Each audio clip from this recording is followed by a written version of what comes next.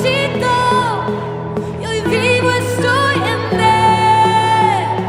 ¿Dónde está muerto?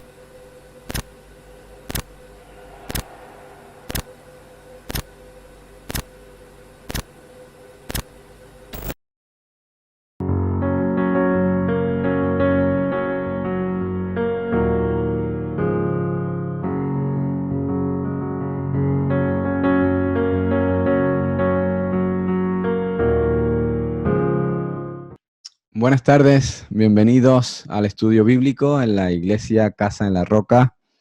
Aunque todavía no podemos estar en las instalaciones de la iglesia, pero seguimos online estudiando la palabra y buscando al Señor, ¿verdad? Vamos esta tarde a buscar al Señor y buscar en la palabra de Dios lo que el Señor quiere hablarnos en esta tarde. Vamos a orar y vamos a presentar esta reunión al Señor para que sea de edificación para los hermanos y a todos los que estáis escuchando. Señor, te damos las gracias por este día que tú nos das, Señor. Ponemos esta reunión delante de tu presencia, Señor. Te pedimos, Señor, que tú tomes el control, Señor, y que tu palabra sea expuesta con claridad, Señor, y que seamos edificados un día más. En el nombre de Jesús, Señor. Amén. Muy bien, pues tenía muchas ideas, muchos pensamientos con los que compartir con vosotros sobre la palabra de Dios en esta tarde, pero hay un tema en específico que está golpeando mi mente y está golpeando mi corazón y quería compartir con vosotros sobre esto. Es un tema que, bueno, está totalmente de actualidad hoy, según la circunstancia en la que nos encontramos, que es el cuidado de Dios en la vida del cristiano. Este tema quiere decir cómo Dios cuida de mí o qué ha prometido Dios cuidarme, en qué parte ha prometido Dios cuidarme, ¿no? La verdad es que la situación que estamos viviendo es una situación muy preocupante en todos los sentidos, ¿no? Hasta hace poco hemos estado confinados sin poder salir de casa, totalmente preocupados por casi por nuestra vida, ¿no? Si realmente íbamos a ser contagiados con un virus, si íbamos a estar en la UCI con unas máquinas ayudándonos a respirar, si íbamos a coger en cualquier lugar el virus. Y bueno, con respecto a la salud ha sido una cosa muy preocupante, ¿no? La verdad que han muerto muchas personas, muchos contagios, muchos enfermos. Es una razón importante para estar preocupado, ¿no?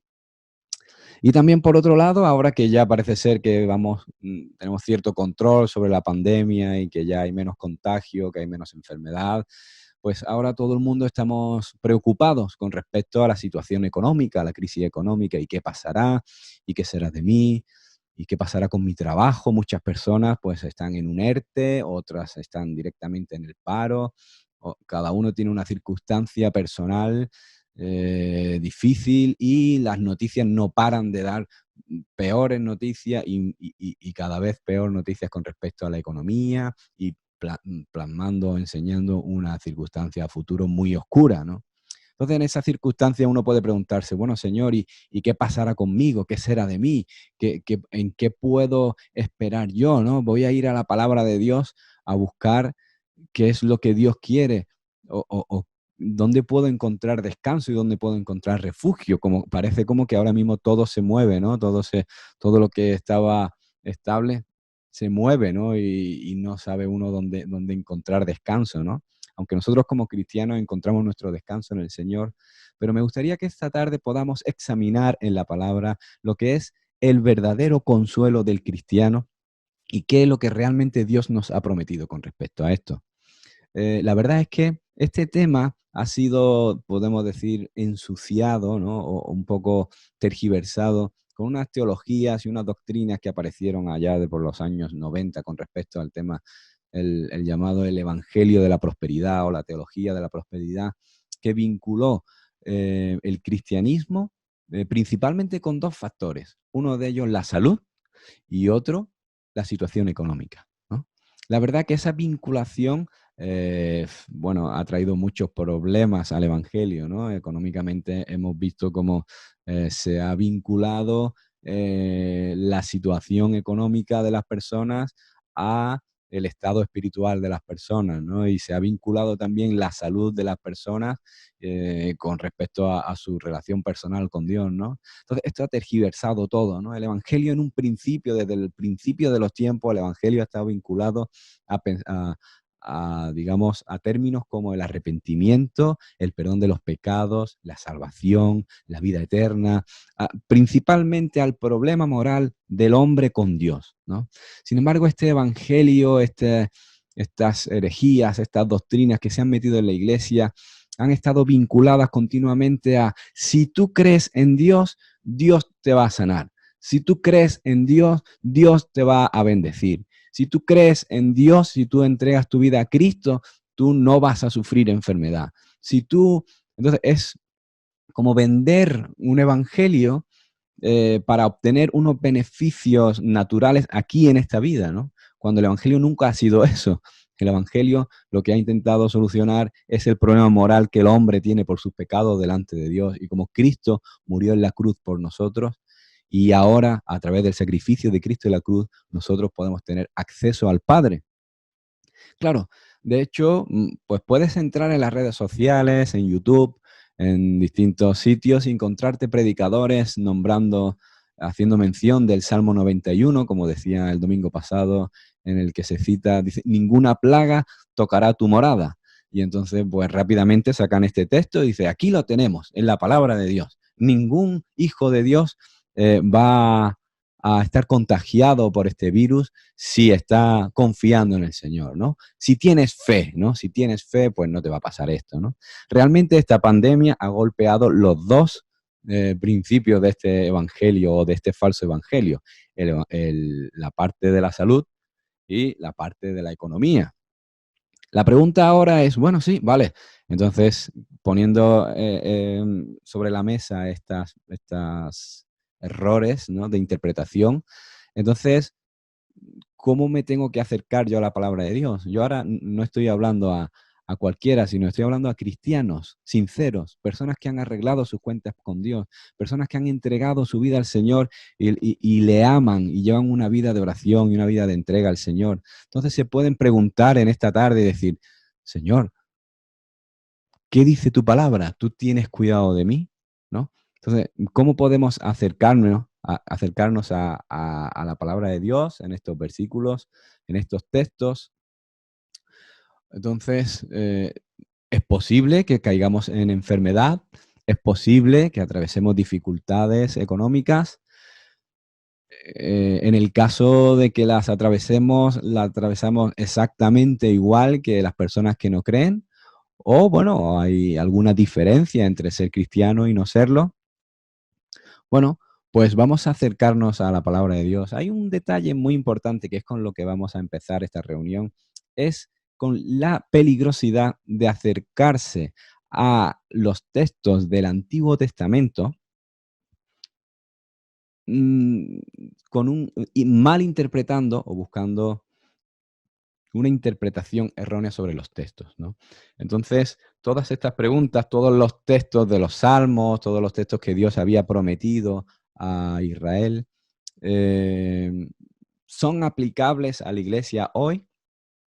Pues esta tarde tenemos con nosotros a nuestro hermano Osmani Cruz. Él es profesor de la Facultad de Teología de la Asamblea de Dios en Córdoba. Y bueno, yo tengo el privilegio de haberlo tenido como profesor en varias asignaturas y la verdad es que, bueno, él se da también a que le hagamos preguntas y yo, bueno, siempre lo exploto a correos electrónicos y a preguntas como alumno que soy y me aprovecho también de esas circunstancias y lo he invitado en esta tarde para que él también pueda compartir con nosotros acerca de este tema, que es el cuidado de Dios para nuestras vidas, ¿no?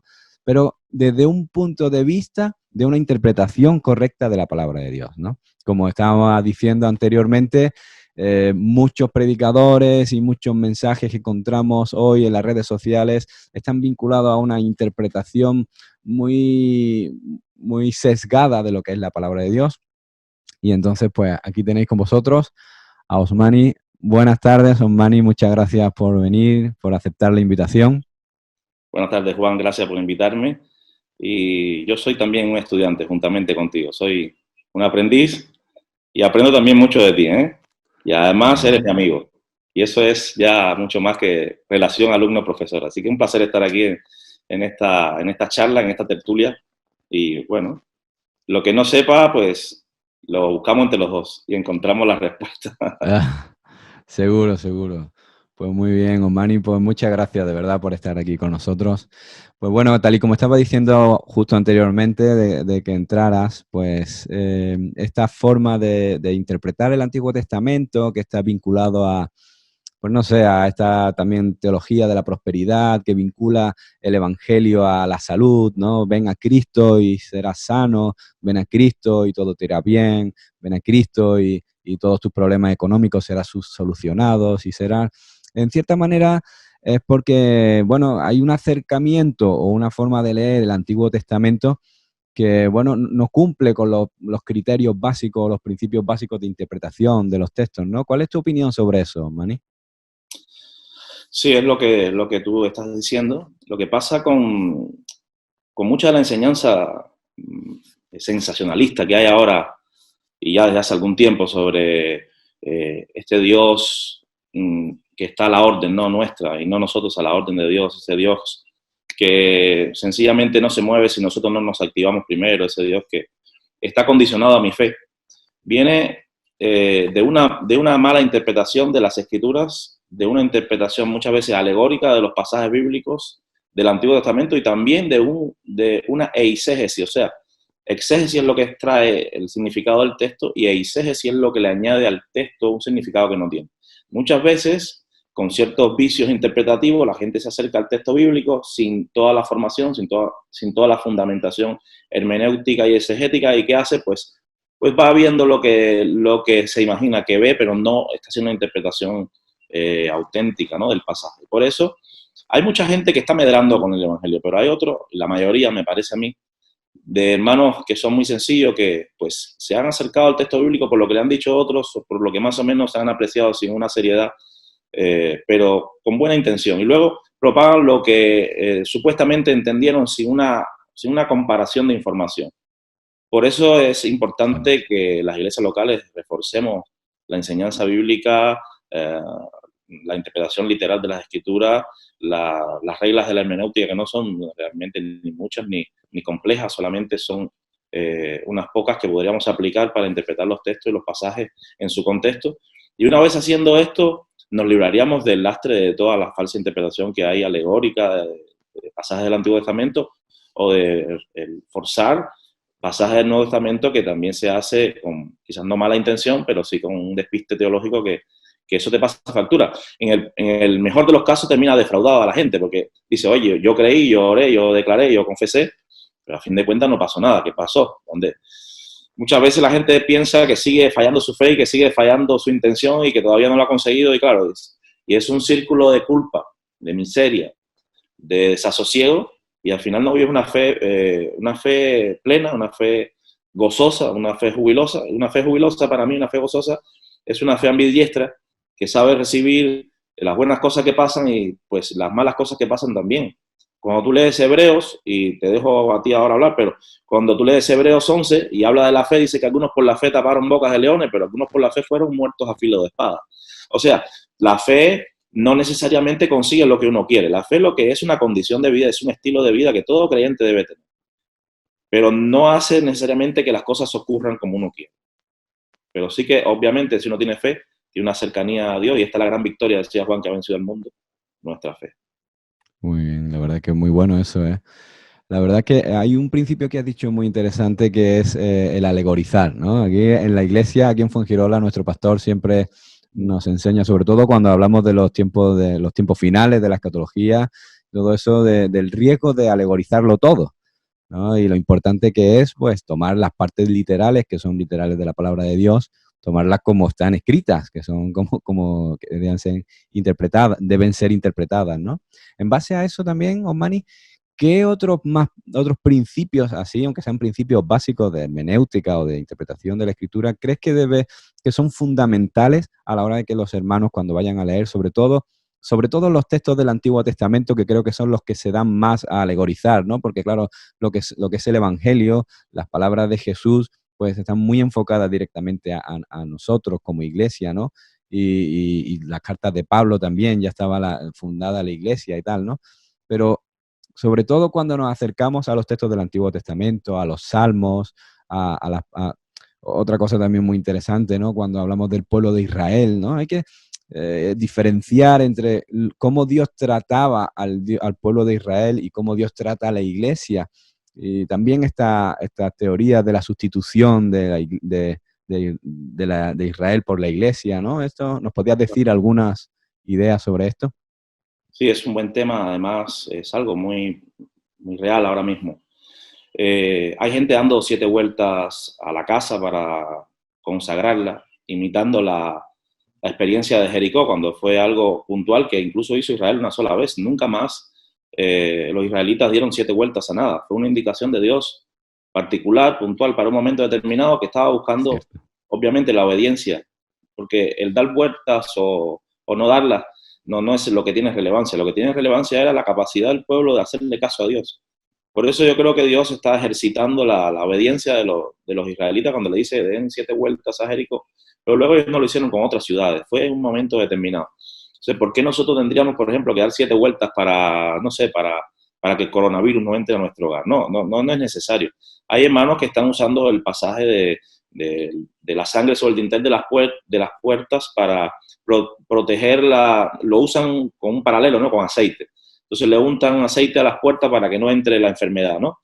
En este caso también lo mismo, o sea, es un trato de Dios con Israel muy puntual. Nunca más Israel hizo eso sobre sus hogares o sus casas. Fue un momento en que hubo un juicio de Dios directamente. No podemos decir que lo que estamos viviendo ahora es un juicio de Dios, sencillamente es un virus letal. Ha habido otros tan o más letales que esto y todavía incluso hay algunos, lo que pasa es que no nos toca directamente a nosotros o no nos toca a nivel mundial. Pero yo que vivo haciendo misiones y estoy en países de África, te puedo decir que hay pandemia, fiebre amarilla, que no se oye aquí en España, pero en África matan millones de personas. Lo que pasa es que como no es una realidad occidental nuestra, pues Claro. tampoco es algo que lo tenemos tan presente, pero eso está pasando en el mundo ahora mismo. Son enfermedades que no tienen que ver con un juicio de Dios, sino con una humanidad caída, con un mundo que está en transición, sin dudas, a esa redención que espera toda la creación. La creación dice que gime, está esperando esa redención, pero mientras esa redención no llega, pues hay enfermedades, hay pandemias, hay plagas, etcétera, no necesariamente como un juicio de Dios, sino como el resultado de una humanidad caída, de un mundo enfermo, ¿no? En sentido general. El mundo entero está bajo el maligno, dice la palabra. Así que yo no aplicaría ese texto del Antiguo Testamento de untar ahora aceite quizás sobre la puerta para protegerme, porque no es condicional para la iglesia, no es algo directivo para la iglesia, no es un mensaje para la iglesia. Ni siquiera Israel hizo eso en su día, en una nueva ocasión. Entonces estos pasajes, concretamente que se traspolan a nuestra realidad, lo que hacen es una alegorización de la Escritura aplicada a la iglesia, y es donde fallamos. Lo que yo sí tomo de esos pasajes, porque para mí el Antiguo Testamento está inspirado como el Nuevo Testamento. Lo que sí tomo de esos pasajes son principios de protección de Dios, principios de cuidado de Dios, del interés de Dios que tiene en mí, en mi familia. O sea, eso sigue vigente. Dios es el mismo ayer, hoy, por los siglos. Dios no cambia, ¿no? Pero sí que sus tratos son diferentes. Y los tratos con Israel como pueblo son muy puntuales, muy particulares y fueron para un momento determinado. Incluso en la misma realidad de Israel, en los 40 años de desierto Dios proveyó maná, pero después que entraron a la tierra prometida no hubo más maná. O sea, hubo tratos incluso que fueron temporales para el mismo pueblo de Israel, dentro de la realidad del pueblo de Israel. Por otra parte, hay que decir, hermanos queridos, que nuestro acercamiento muchas veces al pueblo de Israel y la judaización del evangelio nos ha hecho mucho más mal que bien. Por ejemplo, se usan pasajes como todo lugar que pisare la planta de vuestros pies será vuestro, ¿no? Y eso muchas veces lo extrapolamos a la iglesia, pero realmente el texto continúa diciendo de tal sitio a tal sitio. O sea, incluso para Israel esa promesa tenía un límite geográfico.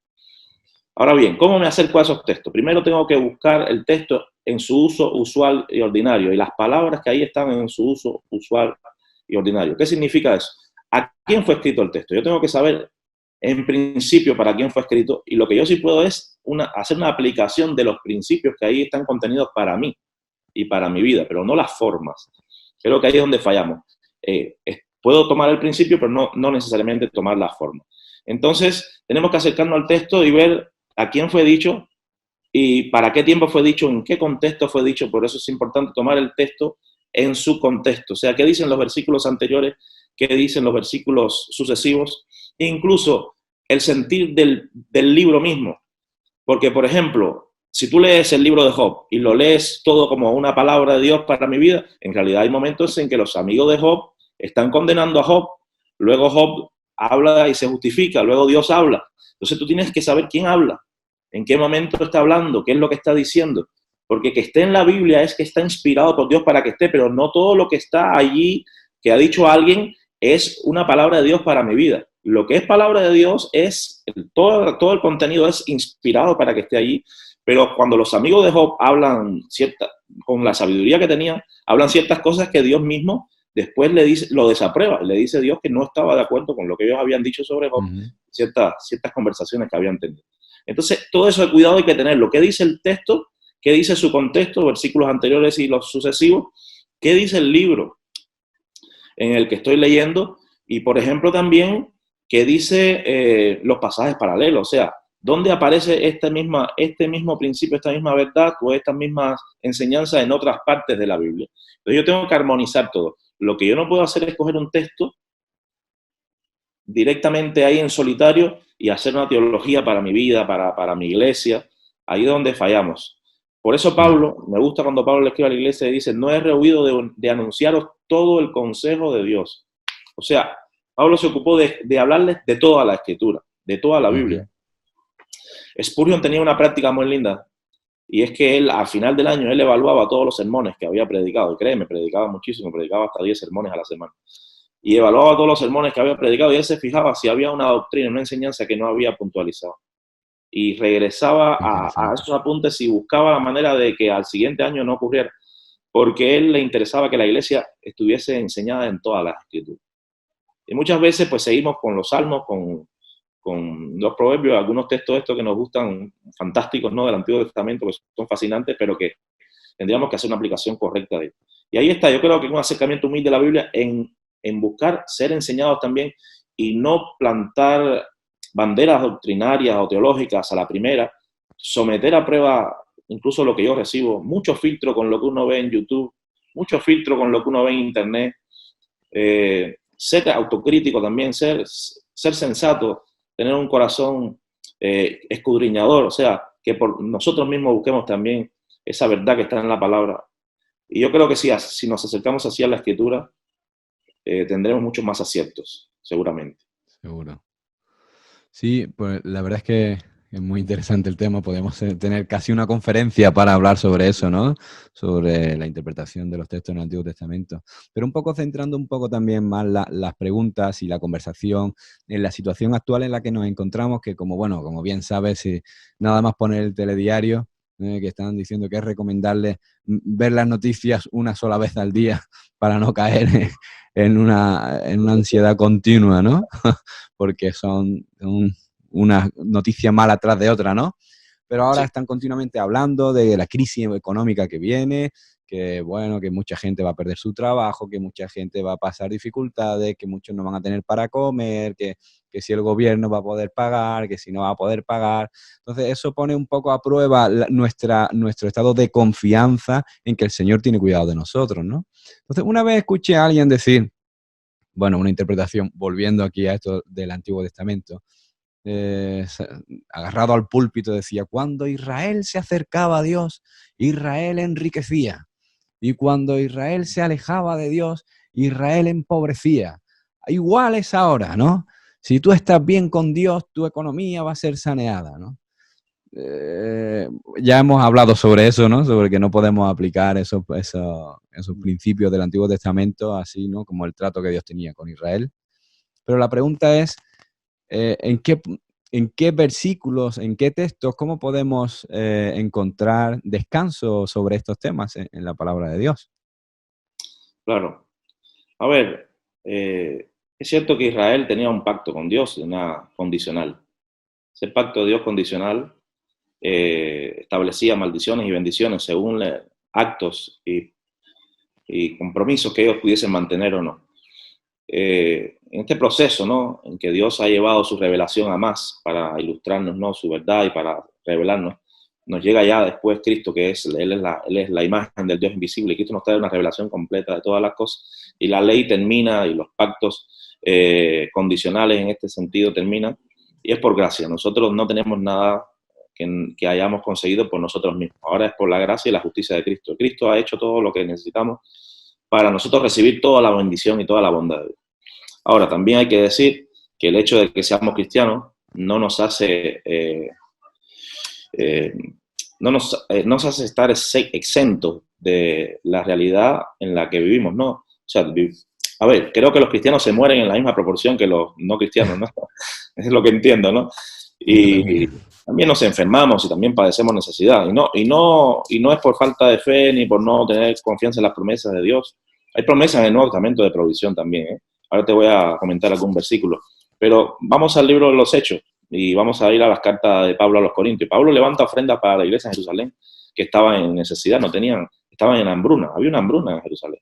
Y los cristianos la iglesia la estaba pasando muy mal.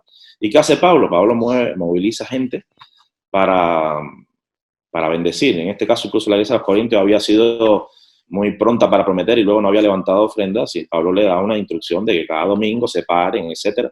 Y bueno, había una iglesia en su comienzo, y créeme que esa iglesia, si leemos el libro de los Hechos, una iglesia vigorosa, llena del Espíritu Santo, una iglesia con milagros, una iglesia con manifestaciones del Espíritu Santo, una iglesia que era espectáculo al mundo, a los ángeles, era algo fascinante ver aquella iglesia con la sombra de Pedro, se sanaban los enfermos. Sin embargo, el mismo Pedro dice: no tengo oro ni plata. Entonces, había una realidad de que también a ellos les había alcanzado esta situación económica, aunque a los discípulos de Dios, Jesús le había comisionado de que no llevaran alforja por el camino ni dinero. Hay una comisión especial para ellos de que no lleven ningún tipo de provisión económica, sobre todo para librarle de los peligros de ladrones y ya cuando sabían que eras cristiano ya ni te asaltaban, porque sabían que no tenías dinero directamente, ¿no? Igual que ahora, ¿no? Igual que ahora. Pero, a ver, sí que hay promesas en el Nuevo Testamento de provisión. Mi favorita, Filipenses 4:19. Mi Dios pues suplirá todo lo que os falta conforme a sus riquezas en Dios. Pero Dios suple, Dios provee. Amén. Ahora, eso no quiere decir que no pase por necesidades en un momento determinado, por estrechez. Como te he dicho, he estado en países donde lo que para nosotros es pobreza aquí es prosperidad en esos países. Ya hay países como Guinea-Bissau, donde estuve recientemente, donde ya quisieran los hermanos al menos tener agua corriente. Nosotros tenemos agua corriente, pero no tenemos otras cosas a lo mejor que pensamos, quién pudiera, hay que ver qué mal se está pasando. Hermano, créeme que si nos comparáramos un poco con la realidad de otros hermanos, hay 80 naciones que están percibiendo el Evangelio ahora mismo, hay 80 países donde el cristianismo se persigue agresivo moderadamente, y nuestros hermanos están pasando algunos prisiones, cárceles, muertes. El siglo XX fue el siglo de más mártires en toda la cristiandad, más mártires que en todos los 20 siglos anteriores. O sea, sigue la persecución, siguen las luchas, siguen nuestros hermanos pasando calamidades y situaciones según su realidad. Si tú estás en un país árabe, reacio al Evangelio, hostil al Evangelio, tu realidad va a ser un poco también la realidad que vive esa nación, ¿no? Claro. Entonces, no estamos fuera. Jesús dijo que nos guardara el Señor del mundo, pero estamos en el mundo, ¿no? Y también nosotros podemos perder el trabajo, también puede haber desempleo, también puede llegar la enfermedad, también puede llegar un momento de tribulación. De hecho, Pablo dijo, es necesario, y usa la palabra necesario, que no me gustaría que la usara, pero la usó, y dice, es necesario que a través de muchas tribulaciones heredemos el reino de los cielos. La tribulación es inherente a la vida cristiana. Es imposible vivir en este mundo un cristiano piadosamente sin pasar por tribulaciones, luchas continuas. De hecho, Dios tuvo un hijo sin pecado, pero no sin prueba. Dice la Biblia que por lo que padeció aprendió obediencia. Y Isaías dice que era varón de dolor, experimentado en quebranto. Y Jesús muchas veces tuvo que pagar impuestos por algo milagroso, una provisión. No tenía de un pez que pescaba, no tenía dónde recostar su cabeza, tenía un solo manto, tenía una sola muda de ropa, para decirlo de esa manera. Entonces, pero además de eso, había provisión también. Yo creo que tenemos que vivir en esa fe de que Dios suple, de que Dios abre puertas. Yo creo que hay que vivir con optimismo cristiano, no con optimismo triunfalista de que yo soy el Hijo de Dios y a mí nada malo me puede pasar. Pero sí que puedo vivir diciendo, yo soy el Hijo de Dios y Dios está conmigo, pase lo que pase. Entonces, yo creo que sí podemos tener porque a veces lo que me temo es que nos vamos al otro lado también, Juan, y es el pesimismo cristiano este de hay que ver, yo no sé, que por qué el Señor no responde, por qué el Señor no hace lo otro. Y a veces, pues los cristianos también tendríamos que arrepentirnos, no solamente de la superfe, sino de la falta de fe también, y de la También. falta de optimismo también, ¿no? Entonces yo creo que tenemos que buscar el equilibrio, pero Filipenses 4:19 que dice, mi Dios pues suplirá todo lo que os falta conforme a sus riquezas en gloria. Yo creo que hay una promesa de provisión ahí. El Sermón del Monte, Jesús dice que si buscamos el reino de Dios y su justicia nos va a cuidar. De hecho, un poquito antes, en el capítulo 6, versículo 26, habla Jesús de las aves del campo, de los lirios, de cómo Dios les cuida y le dice, mira, no estéis afanosos. Luego también nos dice la Escritura, por nada estéis afanosos, si no sean conocidas todas vuestras peticiones delante de Dios, con ruego, súplica y clamor, ¿no? Yo creo que hay un montón de promesas donde Dios nos dice que está al control. Amén. Está al control y que nos va a cuidar. Y, mano, lo estoy viendo. Te digo porque, mira, en nuestra congregación acá hemos estado ayudando ahora mismo a unas 20 familias con alimentos. Son hermanos de la iglesia, que no tienen fe, sí tienen fe.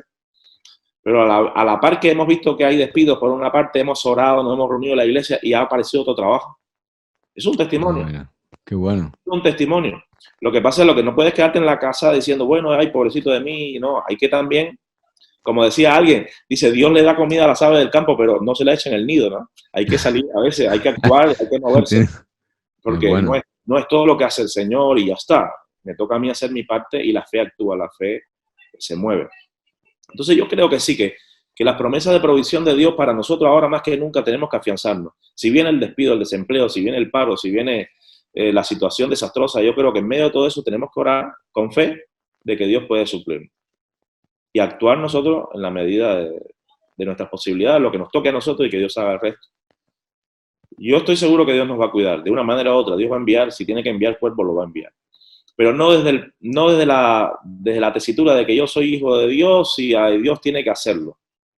No, desde la tesitura que si Dios no lo hace, yo lo voy a adorar igual. Y si Dios lo hace, le voy a glorificar igual. Igual. O sea, mi fe está basada no en lo que pueda darme Dios, sino en lo que es Dios para mí. Amén. Cuando tu fe está basada en lo que Dios es para ti, hermano, viene el milagro, viene, porque estás en la situación correcta, estás en una conducta espiritual correcta. Y hacia ahí tenemos que ir. Y estas cosas nos van a perfeccionar en carácter. Fíjate que Pedro le dice, el Dios de toda gracia, que os llamó a su gloria eterna, os perfeccione, fortalezca y establezca, dice, cuando hayáis padecido un poco de tiempo, dice, primero. O sea, parece que el padecimiento es parte del proceso en el que Dios perfecciona la imagen de Jesucristo en nosotros. Y no es que queremos ser masoquistas ni nada de esto, yo no quiero sufrir, pero entiendo que muchas veces el sufrimiento me enseña cosas que el éxito no me enseña. Que la prueba me enseña cosas que no me enseña la prosperidad. Y hay que pasar ciertamente por muchas cosas para poder enseñar a otros y poder ayudar a otros. Pablo decía, con la consolación que yo he sido consolado, puedo consolaros ahora. Cuando tú eres consolado por Dios en un área, tú puedes después arropar a una persona que lo necesita. No sé, Juan, estamos aquí. Sí, de hecho acabas de responder contigo abriendo mi corazón. Sí, totalmente. De hecho acabas de responder a una de las preguntas que te iba a hacer, ¿no? Cuando Dios permite, ¿por qué puede permitir Dios el sufrimiento en la vida del cristiano, ¿no? Y tú estabas hablando claramente, ¿no? De cómo poder consolar a otros cuando uno ha pasado por esa adversidad, ¿no? Y cómo Dios forja el carácter de Cristo en nosotros a través de las dificultades, de las pruebas, ¿no? Y eso es muy interesante. También podemos hacer alguna mención con respecto a cómo encajarías tú el poder de la oración, la fe y, por otra parte, el que Dios tiene control de todas las cosas o que se va a hacer lo que Dios diga, ¿no? Yo creo que la oración no es una herramienta para intentar doblegar a Dios, ni mucho menos, pero Claro. sí es una herramienta que tiene poder, ¿no? Porque en la oración también tenemos, el Señor nos ha llamado a orar por las circunstancias, ¿no? Entonces, ¿en qué medida podemos, yo quiero ponerme ahora en la circunstancia de algún hermano que haya perdido el trabajo, un hermano que, bueno, pues que yo qué sé, tiene una situación económica difícil y entonces le puede decir, hermano, tú ora a Dios, ¿no? Y Sí. uno puede decir, bueno, y seguro que Dios me va a responder, ¿no? Sí. A ver, yo parto del presupuesto de lo que Pablo decía a la iglesia, decía, si vivimos, para Él vivimos, y si morimos para Él, morimos. Sea que vivamos o sea que muramos, somos del Señor. Yo le pertenezco a Dios, soy propiedad de Dios, soy su hijo. Soy del Señor. O sea, y Pablo me encanta porque Pablo es tan equilibrado y es un hombre que tiene una fe que con sus delantales sanaba a los enfermos, ¿no? Un hombre con todos los dones espirituales que le puede decir a los corintios incluso que habla más en lengua que ellos. Bueno, Pablo es una maravilla, ¿no? De persona. Era tan bueno en todo que decía que era hasta el mejor pecador que había. Dice que había pecado más que todo el mundo. Hasta eso había hecho más que todo, ¿no? Pero Pablo tiene un equilibrio de la fe al punto de que él en un momento determinado cuando está preso dice, Dios me puede librar. O sea, pero él sabe que ha acabado la carrera. Él sabe que Dios le podía librar, pero sabía que había acabado la carrera. A ver, mira, se ora por Pedro para que salga de la cárcel y Dios envió un ángel, ¿sí? ¿A que sí? Wow, estupendo. Sí. Pero después lo matan, ¿no? A Pedro lo crucifican boca abajo, ¿no? Como dice la tradición, recogen la tradición y la historia. Entonces, en una ocasión Dios lo libró, pero en otra ocasión no lo libró. ¿Falló la oración? No. Sencillamente que los propósitos de Dios a veces escapan a nuestro... Aunque ya Dios le había advertido de que muerte iba a morir, ¿no? A Pedro. Lo que quiero decir es que en momentos determinados Dios puede hacer las cosas de una manera y después hacerlas de otra manera. La oración, mi oración no controla a Dios. Mi oración no es un abracadabra. Mi oración no es un talismán. Mi oración no es un amuleto. Mi oración es el vehículo que yo tengo para comunicarme con Dios, para relacionarme con Él. Cuando yo voy a Dios, no voy como el campesino va a la vaca buscando leche y mantequilla. Cuando yo voy a Dios, yo voy buscando su amistad. Yo voy buscando contarle lo que me está pasando. O sea, hay que ser un poco más normal, que a veces un poco raro, ¿no? A veces cuando oramos los cristianos, querido Padre Celestial que estás en el tercer cielo, sentado entre querubines, tú que moras y gobiernas sobre toda autoridad, gobierno, principado, tú, Señor, que reina de la eternidad. Claro, es una oración tan complicada.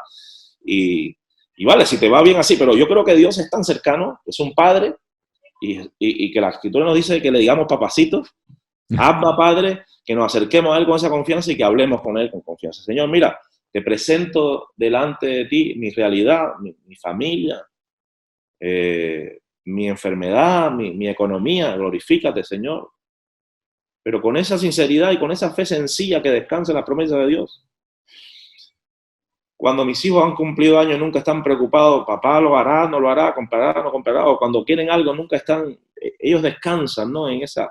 Yo creo que nos falta ese descanso, ese reposo en Dios, de que yo puedo orar algo y ya está, ni siquiera continuar con eso, lo dejo en las manos de Dios y ya está.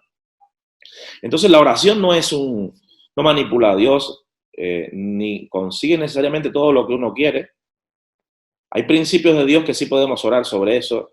Mira, pedid y se os dará, buscad y hallaréis, llamad y se os abrirá. Todo aquel que pide recibe, todo aquel que busca halla y todo aquel que llama se le abrirá. Nosotros podemos pedir basado en la promesa de Dios y esperar. Yo creo que todo el que pide debe esperar. Decía Santiago que ustedes piden y no reciben porque no piden como conviene muchas veces.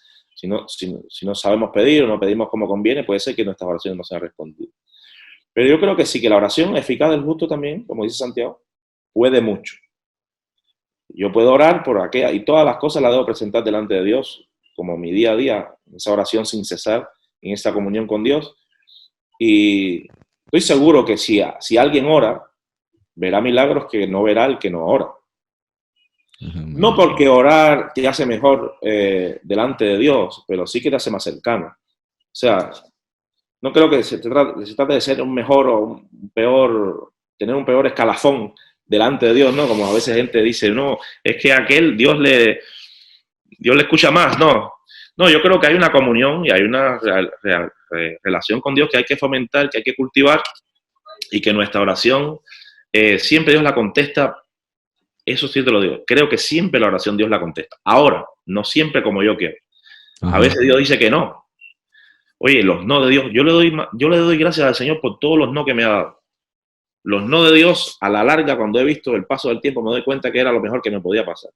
Fíjate. O las novias que yo oré y Dios me dijo, no, me alegro, porque me casé con mi esposa, que hoy ya tenemos casi 20 años de casado, ¿no? ¿Sabes lo que quiero decir? Tirándolo un poco a jocosidad. Esos no de Dios que me parecieron injustos en su día, qué sé yo, o no los comprendí, pues hoy lo comprendo perfectamente. Luego hay un todavía no. Hay veces que Dios no lo hace ahora, pero después sí que lo hace, ¿eh? Porque no era el tiempo, porque no era el momento. Así como a veces mi hijo de 4 años me pide que le dé una tijera para cortar, recortar, le digo que no. No porque yo no quiera darle la tijera, sino porque no está preparado para usarla todavía. Claro. Entonces más adelante ya le enseñaré y usará la tijera, ¿no? Pero no es un no, no es un no rotundo, es un no de momento. Temporal, ¿no? Exactamente. Y luego está esa inmediatez de Dios, eso que Dios hace al momento. Hay un texto en Isaías 26, si mal no recuerdo, 26:2, por ahí está, no quiero ahora decir un texto que no es, pero sí dice, el que tiene fe no se apresure, el que creyere no se apresure. Y me encanta eso, porque a veces la fe pensamos que es, oramos y ya está, lo tenemos, ¿no? Nos tocan a la puerta y nos dejan todo lo que necesitamos. No, dice, el que creyere no se apresure. La fe es paciente, la fe espera, ¿no? De hecho, la fe es la certeza de lo que se espera y la convicción de lo que no se ve. Y la fe, por supuesto, va acompañada siempre con oración. Así que sí, oremos, busquemos a Dios, pidámosle al Señor y presentémosle todas nuestras necesidades delante de Él, aunque Él ya las sabe, ¿eh? Y muchas veces responde antes de que las digamos, pero siempre desde el punto de partida que somos del Señor. Mira, sea que vivamos o sea que muramos, somos del Señor. La seguridad Amén. de que estamos en Cristo, de que somos de Él, es suficiente, nos satisface, nos debe llenar. Amén. Pues sí, la verdad que ahí tenemos una confianza en el tema de la oración, ¿no? Estaba también pensando ahora, recordando una conversación que tuve una vez contigo, porque una de las oraciones también que yo sé que me imagino que también en la iglesia que tú llevas ahí en Valencia también pasará, ¿no? Muchas veces llevamos muchos años orando por cosas que creemos que es la voluntad de Dios, ¿no? Estoy refiriéndome ahora, por ejemplo, a la conversión de nuestros familiares, de nuestros amigos, gente que llevamos toda la vida predicando el Evangelio, gente en el trabajo que tenemos cerca. Y van pasando los años, van pasando la iglesia sigue adelante, ¿verdad? Y a veces no vemos el fruto que esperábamos, ¿no? O bueno, o que alguien esperaba, ¿no? Podría decir, ¿no? Porque dicen, bueno, pues si se hubieran convertido, tal, y hubiera sido un poco más fácil, ¿no? Y a veces se puede bajar un poco la fe con respecto a eso, ¿no? Recuerdo una conversación que tuvimos una vez que viniste a la jornada familiar allí a la iglesia, y me decías que viviste una etapa en tu país, ¿no? En Cuba, algo parecido así, ¿no? Y que hubo cambios y que eso lo Sí, interpretas tú de alguna manera puntual o algo, ¿no? ¿Cuál es tu opinión sobre eso, ¿no? Porque tú ahora llevas ya muchos años aquí en España y claro. ves la situación que hay, ¿no? Aquí traer Sí, sí. gente nueva a la iglesia es un trabajo arduo, ¿no? Mira, la fe no avergüenza. Creer, nunca uno debe frustrarse por creer. Aunque hay algunos que creyeron y lo vieron de lejos, lo saludaron, dice la Escritura. La promesa de Abraham, dada a Abraham, en tu simiente serán benditas todas las naciones de la tierra, no fue hasta Cristo, ¿no? Hay cosas que no se dan ni siquiera en mi tiempo. Hay cosas por las que estamos viendo ahora, incluso en España, que son el resultado de las oraciones de la otra generación, que peleó en oración y no lo vio y se fue con el Señor, pero seguramente lo saben ahora, ¿no? Sí, en Cuba lo que pasó fue que estuvimos años orando, 60, 70 años orando por un avivamiento y no llegaba. Pero se siguió orando por lo mismo hasta que hubo un despertar y un avivamiento de oración. Bueno, las iglesias pasaron de 80 iglesias que había, por ejemplo, de nuestra denominación a 3.000 y tantas iglesias, solamente de nuestra denominación. En Cuba ahora mismo hay más de 500.000 de cristianos y la iglesia sigue creciendo, ¿no? Un despertar preciosísimo. Pero creo que la iglesia se mantuvo creyendo. Los avivamientos siempre también son resultados de la gracia de Dios.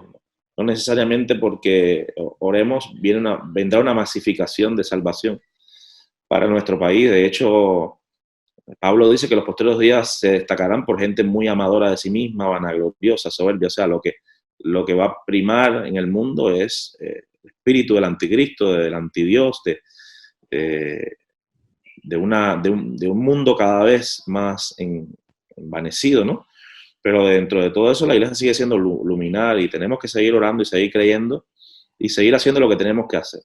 No cambiemos el programa de Dios, o sea, no, porque muchas veces se quiere conseguir salvación a cualquier costo, ¿no? Lo mismo hago ¿cómo te puedo decir?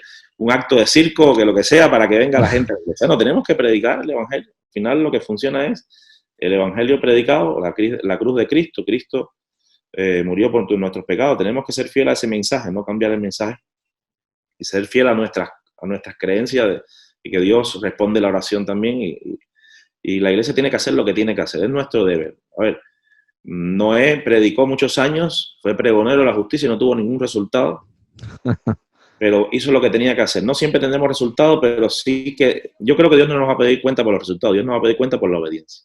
Y yo creo que ahí es donde la iglesia no se puede cansar. Dice la palabra, no os canséis pues de hacer el bien porque a su tiempo segaremos y no desmayamos. No nos podemos cansar y ahí está un principio importante. Si te cansas, pierdes.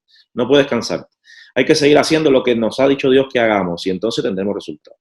Yo estuve 22 años orando por mi padre inconverso, ateo y una persona desafecta a Dios, todo. Sin embargo, 22 años de oración y está ahí. Ahora es un creyente fervoroso, apasionado con Dios. Y yo creo que es el resultado de esa paciencia. John Muller habla en su biografía que estuvo 53 años orando por 3 amigos suyos hasta que se convirtieron. 53 años. Entonces, si no llevas 53 años, si no llevas 53 años orando por tu esposa inconversa, tu esposo, tus hijos, siguen intentando, ¿no? Yo creo eso, la perseverancia, la fe, la parábola de la viuda, ¿no? De seguir ahí insistiendo, con fe. Y mira, lo que creo que Dios nos va a pedir cuenta es por nuestra obediencia. Si nosotros somos capaces de hacer caso, de obedecer y de hacer lo que tenemos que hacer, el resultado es del Señor. Si Él no edifica la casa, en vano trabajan los edificadores. Tenemos que darle la confianza a Dios de que Él lo haga cuando quiera y como Él quiera, pero nosotros vamos a mantenernos haciendo lo que Él nos dijo que hiciera. Amén, muy bien.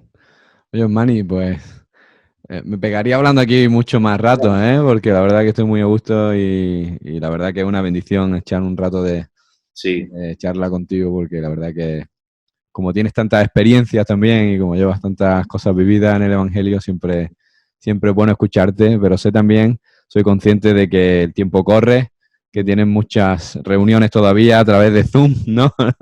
No sé qué pasa hoy, ¿no? Pero tenemos muchas reuniones, ¿verdad? Que como no las tenemos fuera, pero por lo menos las tenemos dentro de casa, ¿no? Pues eso, muchas gracias por haber dedicado este tiempo, por estar con nosotros. Creo que ha sido de edificación para los hermanos, has transmitido muchos principios bíblicos, muchos principios también de cómo acercarnos a la palabra del Señor. Y creo que también, pues bueno, un poco el ánimo, ¿verdad?, de que tiene el cristiano, de que Dios tiene cuidado de nosotros, ¿no? Amén. Así que te lo agradezco. Un abrazo fuerte. Gracias, Juan. Igual nos vemos, espero que podamos vernos en una entrevista, pero en televisión española, para hablar de Cristo a toda esta nación. Un abrazo, os quiero y amo mucho vuestra iglesia también. Y como familia nos sentimos muy arropados cuando hemos estado ahí.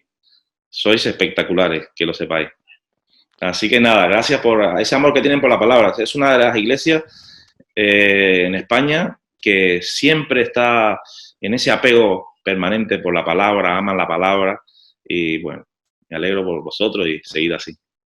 Pues muchas gracias. Le debemos eso también a nuestro pastor, que es un apasionado de la palabra de Dios. El otro día lo llamé y me dijo, aquí estoy entre libros, ¿no? Estudiando, que todavía no sé lo suficiente, ¿no? La verdad que es una bendición también tenerlo como ahí y dando el callo como el que más. Pues un abrazo fuerte, Osmani, y que el Señor te bendiga. Hasta la próxima, querido.